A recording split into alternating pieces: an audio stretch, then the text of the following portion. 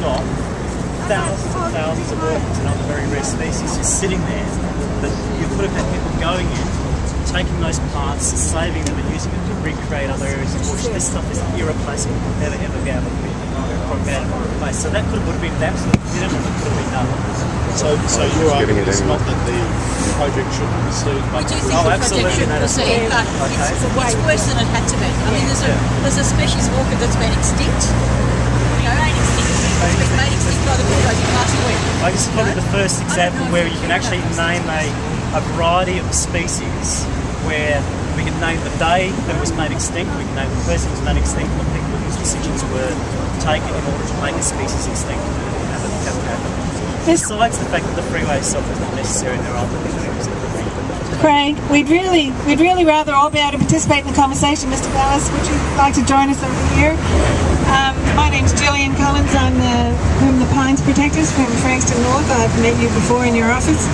What I'd like to do right now is read you, if you don't mind, the resolution of this rally that we just passed, and that is, and we will present it to you, that the persons present insist that the Victorian State Government revisit the Victorian Transport Plan in light of the destruction of wild places and Indigenous flora and fauna that the road construction is causing.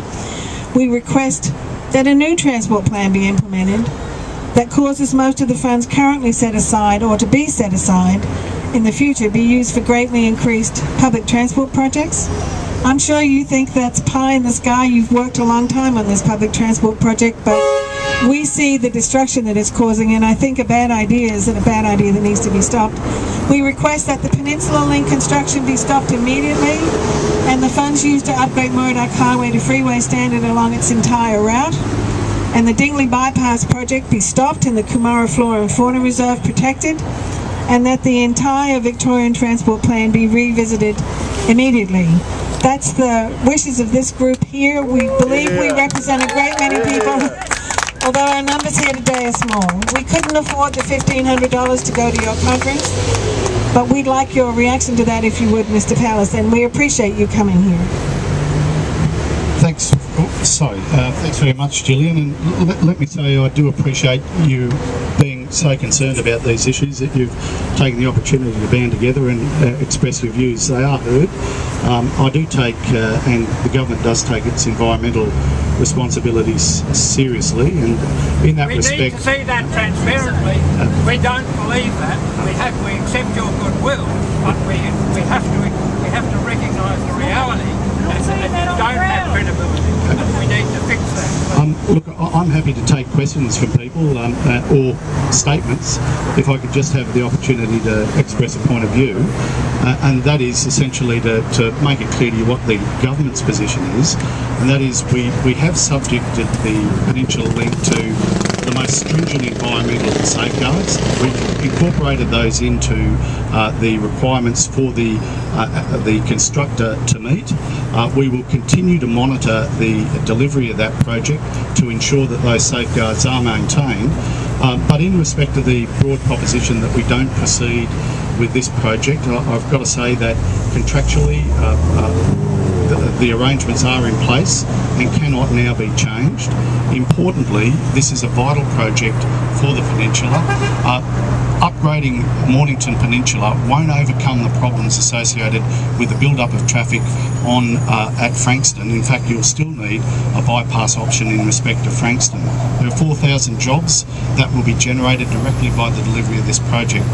The other point I do want to make to you, and just briefly, because I know some of you might want to ask me some questions or give me a full and frank assessment of my views, is that the Victorian Transport Plan, which is $38 billion worth of investment over 12 years, has brought to book already in the first 18 months $10.3 billion of that investment, and the majority of that investment is actually not being put into roads, it's actually being put into heavy rail and public transport initiatives more generally. So close to $20 billion worth of investment being put into public transport. And of course, we recognise that when you build heavy rail, you still have an environmental obligation to meet, whether it's rail or road, you still have to manage that. So we are required and obliged to go through ES processes. We take our responsibilities seriously, and I do have to tell you that in respect of the proceeding with the Peninsula Link project, we do intend proceeding, but there's been some substantial issues raised with me this morning about the manner in which works have been conducted, and I'll be asking questions to satisfy myself that they have been conducted both responsibly and in accordance with the EES obligations. Thank you, Mr. Pallas. There's Michelle Thomas, who's a wildlife carer, who was on the site, Mr. Pallas, when the destruction started down in Frankston. It's going to fall. Look, I know what I've seen, and what I've seen is dead animals, and it's not acceptable. I want to know why you can spend however many $1 million you spent on feasibility studies, but you can't spend enough money to get enough wildlife or collection people in there to actually remove the animals before the tractors go through. You know, it's not acceptable in this day and age to bulldoze animals into the ground when they're still alive in trees. And what is actually happening down there is that the bulldozer comes through, and any animal that is in the pathway that runs out of the pathway gets out. If they're actually seen by one person that's actually on duty throughout this to collect the animals, they might stop the tractor or the bulldozer and pull that animal aside, and then that animal gets released back later that night without its tree hollow, because the tree hollows are just piled up on top of each other. The ducks are trying to nest in the tree hollows that are piled up on top of each other. They don't understand what's happened to the trees, and this is wood ducks who nest in tree hollows.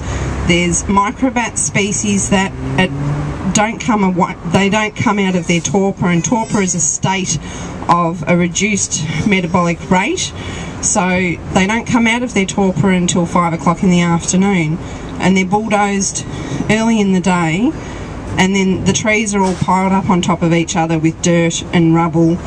And this is our major concern, is that, you know, we live in Australia and we're bulldozing our animals, and it's a whole heap of bullshit and spin that's being fed to us in propaganda down on the peninsula. You know, we're constantly getting these glossy brochures produced by Southern Way and Abbey Group telling us what a great job they're doing, but we're out on the field, we're picking up the dead animals, we're finding the dead animals, and we've got footage of it, and, you know, it's all a whole heap of spin. And to actually be part of a process is not happening for any of the environmental people. They're told that they're going to be included, and then their fears are just not listened to.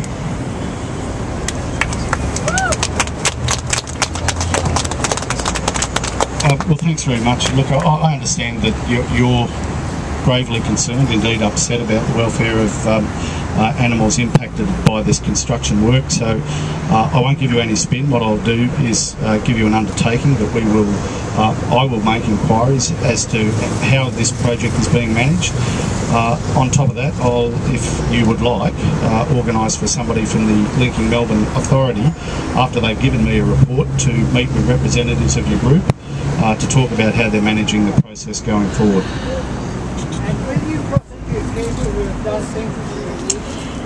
Minister, it's good that you've come out here today and you've listened to what Michelle had, because she was witnessing what was happening. I was there on the weekend, Minister, and I saw the destruction at the Willow Road wetlands, and I asked the Minister for the Environment last week whether the Environment Management Plan was in place. He didn't know, which was a problem. So it shows to me that the government's taken their eyes off this and are just letting the contractors do what they like. Minister, I saw with my own eyes dead animals munched up in the trees. So that's in the trees and rubble that was being put there by the bulldozers. Now, I've been down to the site. Are you going to come down with me to the site sometime in the next few days, so we can point out to you what's been going on and how that is really not in keeping with the Environment Management Plan?